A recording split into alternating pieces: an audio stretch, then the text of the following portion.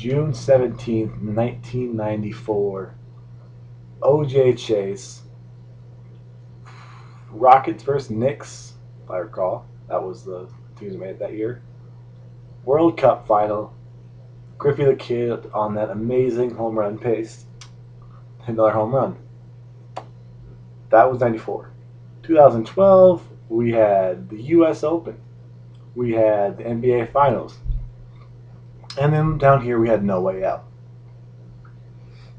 Why they would do it open weekend, I have no idea. Why they would do it during the finals, I don't know. But they did. Pre-show, I missed entirely because there was other things to watch. Watching some golf. So I believe Brodus Clay won. I'm guessing Brodus Clay won because that's how they do things on the pre-show, is they get people on the right foot. Then after that, they had Sheamus beat up on Dolph. Blessing in disguise for Dolph, because Dolph will now be in the Money in the Bank ladder match, I'm guessing, at Money in the Bank. And Sheamus will defend against who knows over there. I didn't see much of this match, again, because I was doing other stuff, but until halfway, three-quarters of the way through, saw Dolph eat a brogue kick. I don't know if it was a good showing or not. I'm sorry, I watched the rest from this point, though, and it didn't make sense for Dolph to win, because there was no build-up towards that, and it really would have been kind of shallow, but it's more Sheamus. Well, shout out to my beard, though. Anyway, everyone knew Dolph wasn't going to win. That's why I put this match first, so they can get it out of the way and get stuff with more suspense later on in the card. And after that, you had Big Johnny and Vince talking about Vince's concussion, how he had to stay away from bright lights. And then nothing really happened there. Then we had the worst match of the year so far, involving two male competitors when Santino beat up on Ricardo. Fans were chanting boring, and WWE does not understand comedy wrestling one bit. Not surprised by either of those because the match sucked and they haven't had a good comedy segment in years. Comedy wrestling isn't about, whoa, spectacle, he's wearing something crazy. It's about the actions and all that stuff. And you can hear guys pretty well. I don't know if you can hear it in the stands, but you can see guys' facial reactions, and you can get some sort of ridiculousness from the actions themselves, as opposed to, oh, you pulled off my thing, oh, Matador, oh. I don't know. This match didn't do anything for me either. And at this point, I was contemplating turning off this pay-per-view and just watching the other two things and saying, screw it. But good things come to those who wait. Punk and AJ backstage. Punk's talking about how good both his competitors are. Yada, yada, yada. Christian versus Cody Rhodes was one of the best Intercontinental matches I've seen since... It was the best since Rhodes won the title in the first place. I don't even know any further back, but you have two guys who are really good in the ring. You had a bunch of almost victories. You had the kill switch to go to a 2 count, and then, which makes sense because he's been building towards Frog Splash. Doesn't get the Frog Splash, but wins via spear after 2 flash kicks he ducked, which was totally awesome as well. Give this match like 4 stars. It was that good, and the ending sequence was great. Christian retains the belt, and Cody Rhodes moving on to the SmackDown Money in the Bank match, which could be awesome. I'm guessing, most likely, yeah, because I don't see him doing the same thing 3 pay-per-views in a row. I don't know if they had him drop the belt because they thought he failed a wellness test and they were going to suspend him, or what, but it works. Christian's pretty good as an IC champ, and who knows, they'll probably throw Rhodes at Sheamus or something like that, because Sheamus didn't lose for a while, fella. Until Mark Henry comes back, whoop his ass, because somebody going to get their ass kicked. Mark Henry, 2012, the push begins, world's strongest man with the world's biggest heart. Ain't gonna give up no more. That's my Mark Henry slogan. World's strongest heart. He's gonna come back as a dominant face because whenever you come back from anything, they cheer you. And he's a likable guy. Next up, we get another great match, a 4-corner tag match with Primo and Epico and A-Dubs in their corner, saying that this is going to be the most memorable night of their life. And then the other corner, you had millions of dollars, the Primetime Playaz, Titus O'Neil, and Darren Young. Tongue twisters, I know. Third corner, you had the Usos. In the fourth corner, you had the most underrated tag team ever assembled, Justin Gabriel and my boy Tyson Kidd. Tyson Kidd dropped a Hurricane Rana off the top rope onto the flat. It was sick. He probably got it from some crazy Japanese wrestling thing, but it was incredible. And then he ended up being tagged out right before that, though. So Darren Young ended up picking up the win. That was the spot of the entire night, was that Hurricane Rana to the flat. Tyson Kidd getting that SmackDown Money in the Bank ladder match, and that's going to be the match of the year. I'm telling you that now. If they can get Rhodes, they can get Ziggler. Oh no, Ziggler SmackDown or Raw. Let's put him in that one though. And then get my boy Tyson Kidd, get Jay Gabes, get all those dudes in there and let them be great, because Money in the Bank is going to be great. Because I believe that they're starting to see guys like Tyson Kidd and Justin Gabriel are the future. They're not going to get a whole bunch of... 7-footers don't do wrestling anymore. They go and do sports where they can get paid more and not get hurt. There's no spectacle.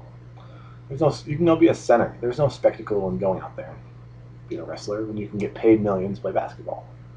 It's nowadays, if you're a kid and you are that tall, you play basketball because they give you that incentive. So you're going to get more guys who are either rejected athletes, so going that route still, or the career wrestlers who can do Hurricane Runs off the top rope onto the flat. Not flat. Apron? No, not apron. To the ground. I don't know what they call that. It's called flat in skateboarding. I don't know why I went there. Next up, Triple H. I went outside. You know, my dog had to go to the bathroom. Took him out. Perfect timing. Talked to my brother on the cell phone though, and he told me that Triple H just said all the basic stuff.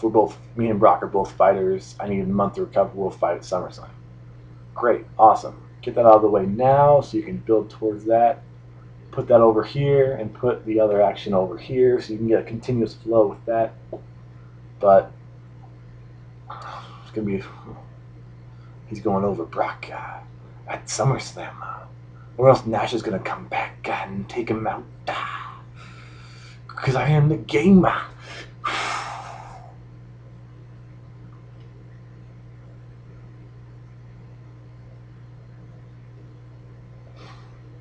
That was bad. Brock Lesnar's going to destroy him, hopefully. Hopefully Brock comes out and he brings the pain. And then Triple H doesn't win. And then Triple H gets all mad. We see another montage set to A Beautiful Day or something like that. Another U2 song. Any U2 song, really. And then Survivor Series. You get Team Triple H versus Team Brock. Or Team Paul Heyman. Let's make it a dusty finish at SummerSlam. Paul Heyman gets involved. And then you have the Paul Heyman guys, which hopefully a heel CM Punk at that point, against the company in Triple H. You can go... Yeah. You can go Brock, Big Show, Punk if he turns heel and goes with Heyman, which he might. Or if you don't go Punk, you can go Daniel Bryan, someone like Barrett, I don't know. 2 more filler guys. The other side, you can have the corporation and have it be Triple H, Cena, Kofi, 2 more guys. I didn't really think this through until it just came in my head. Didn't think it all the way through, but we roll one take. Treeofwoahshow. So... look forward to long-term booking that's not going to happen, because that's how my mind thinks. That's how their mind does not think. I'll cut to AJ and Daniel Bryan backstage. AJ says she still has feelings. Daniel Bryan says, I'm just going to focus on wrestling because I am a wrestling machine And that's why I got this beard. Me and him both got beards going, except his connects. But, alas, nothing you can do. And then Layla beats Beth in a pretty solid Divas match. I'm not going to complain because it's better than Kelly and the Bella Twins. Love Twin Magic, though. If you can put Twin Magic with two wrestlers who can actually legitimately give a solid match, I'd be all for it. I'm still all for Twin Magic either way. That would carry the Divas division to a new level. Layla wins with her finisher, don't know what it's called. Are they going to have Karma fight her, or are they going to have Beth go over at Money in the Bank? I don't know, because the money is at SummerSlam, Karma versus Beth, because that would be sick. Karma should be coming back soon, but that's where the money is. It's Beth Phoenix versus Karma, because they are two. That's not a bathroom break match right there. And then AJ makes out with Kane backstage. Kind of wasn't paying attention. There was golf behind me, or in front, behind the screen. Then Sin Cara beat Hunico with the Mystica. Hunico sandbagged this match completely, and Sin Cara wasn't on his game, so people are going to be like, Botch Cara's back in Mexican form and red form. I don't know why. They should future endeavor the Sin Cara guy, because he is nothing. He can't even wrestle a solid match. I'd much rather see an hour of Christopher Daniels versus Adam Cole. Alright, Sin Cara's not bad. They gave him a more solid match with Hunico. There's timing issues because Hunico has a bandana over his eyes and it's really dark out. So I'm going to go with that as my Sin Cara excuse for this one. It's really dark and Hunico's eyes were covered every Hurricane Rana. It's not like a botch. It's just the timing's off because Sin Cara's moves are more quick, and Hunico really isn't flipping around and selling it as crazy as he probably should in that situation. My opinion. Love Hunico. Love Camacho. Treeofwoahshow. Anyways, that match was whatever. We had a video segment promoting the triple threat match. CM Punk pins Kane after AJ comes up on the apron and gets hit by Kane, and Kane's like, oh. And then Punk gets a GTS on him. After Daniel Bryan's basically been eliminated from this match on the outside, I'll give you more of the thoughts about this match in a minute, because there's some serious storyline implications. I'm not saying that sarcastically, but there are. Because AJ, as she was being carried off by Kane, because he felt bad for hitting her, looked like up to Punk and kind of like smiles and winks at him, and Punk just kind of laughs, like, yeah, we totally planned this. Daniel Bryan's out cold on the outside of the ring because he got GTS'd, and he sells for 5 minutes because he is that damn good. They can go with, oh, you didn't pin me. This is what Daniel Bryan can say. Or, oh, you were going to tap to the yes lock until you flip something. Or, I don't know. Maybe they throw Daniel Bryan in that match at Money in the Bank. But I think they'll do him versus Punk there because it kind of is like a career culmination of, oh, well, Punk really got his start at Money in the Bank, and Daniel Bryan got his start at Money in the Bank.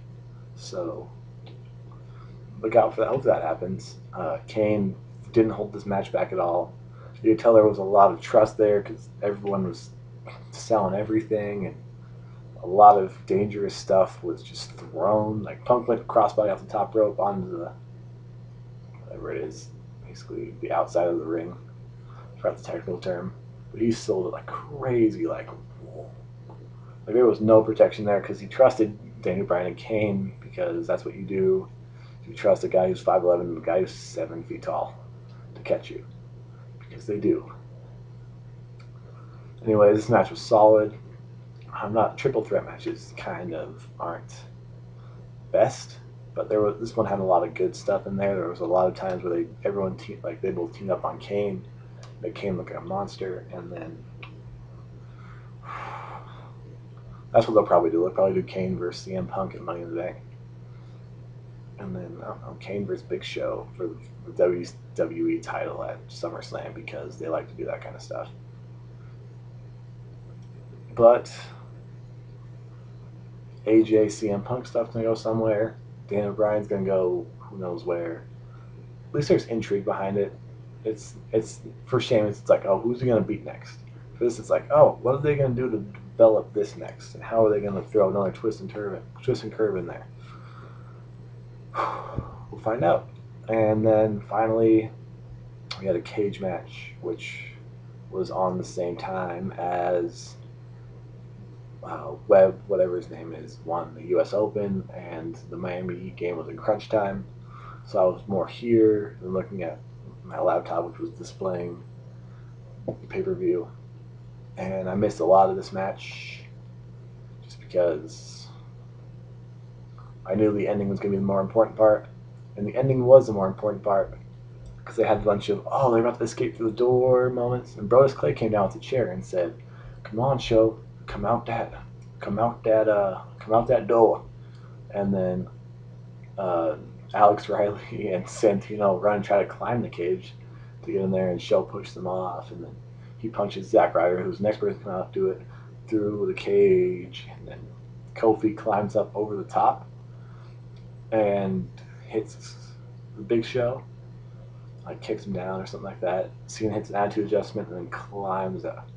I don't want to say like that was a sequence, but he hit the attitude adjustment, and he was the one who exited the ring.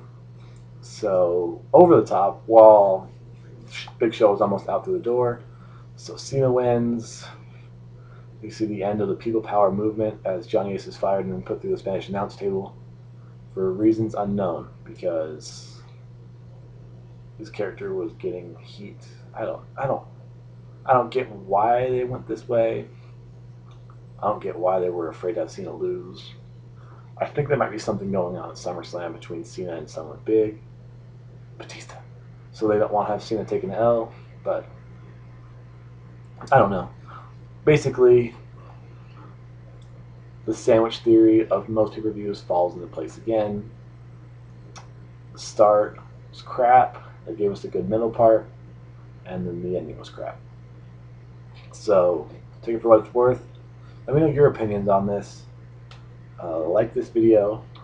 Subscribe up here for more videos where I talk in a monotone voice, or where Justin talks in an overly excited voice, or we both talk in a mixture between whatever I do and whatever he does. And that's it. Bones out.